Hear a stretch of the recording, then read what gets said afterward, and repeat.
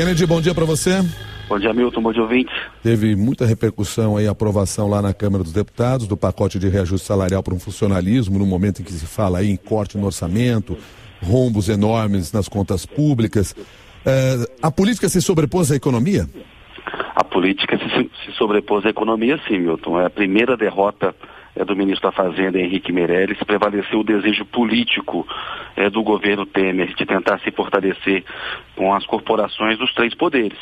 O presidente interino Michel Temer assumiu o poder prometendo colocar a economia nos trilhos, mas cedeu a acordos que já vinham sendo represados pela presidente afastada Dilma Rousseff.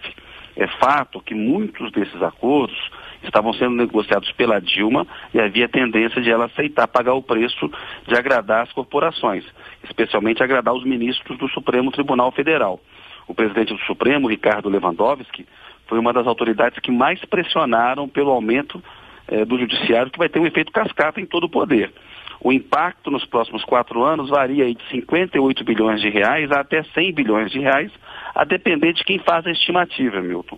É uma verdadeira pauta-bomba que foi aprovada na Câmara. O Senado, claro que deveria rever essa decisão, mas com os políticos acuados pela Lava Jato, o Congresso Nacional demonstra pouca vontade de resistir ao pleito das corporações, do funcionalismo, que tem forte poder de lobby ali no Congresso Nacional. Enquanto o ministro da Fazenda, o Henrique Meirelles, defende uma reforma da Previdência que vai endurecer as regras de aposentadoria, a classe política como um todo prioriza pleitos corporativos. São legítimas as reivindicações salariais de todas as categorias, Milton.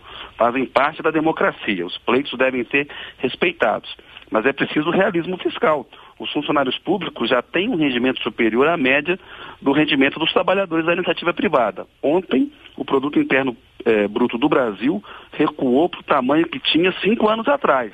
O país retrocede na economia, faltam recursos para fechar as contas públicas, o Congresso dá um mau exemplo. E ao agir assim, o grosso da conta do ajuste, claro, que vai ser cobrado dos mais pobres.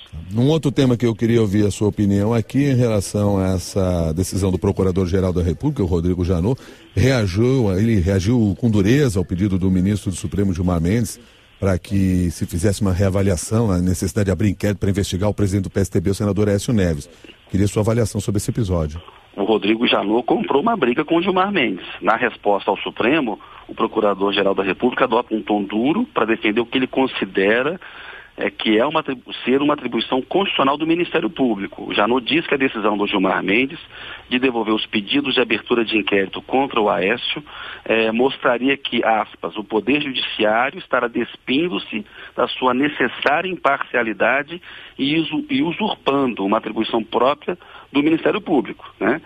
A quem caberia aí a iniciativa, na visão do Janot, de promover a ação penal de acordo com a Constituição. O Janot afirmou ainda que, durante a fase de investigação, o Judiciário não poderia formar uma opinião.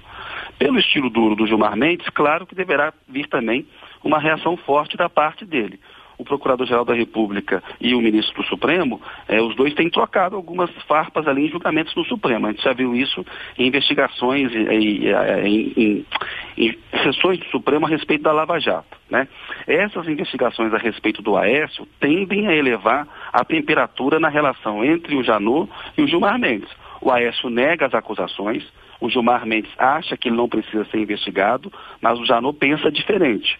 Nos bastidores, a maioria dos ministros do Supremo tende a concordar com o Janot, mas é improvável, é difícil que eles façam uma oposição pública ao comportamento de um colega, à decisão de um colega. O ministro do Supremo tem liberdade para decidir sozinho. Essa briga, Milton, ainda vai render muito pano para a manga. Ok, muito obrigado, Kennedy. Até amanhã. Um abraço.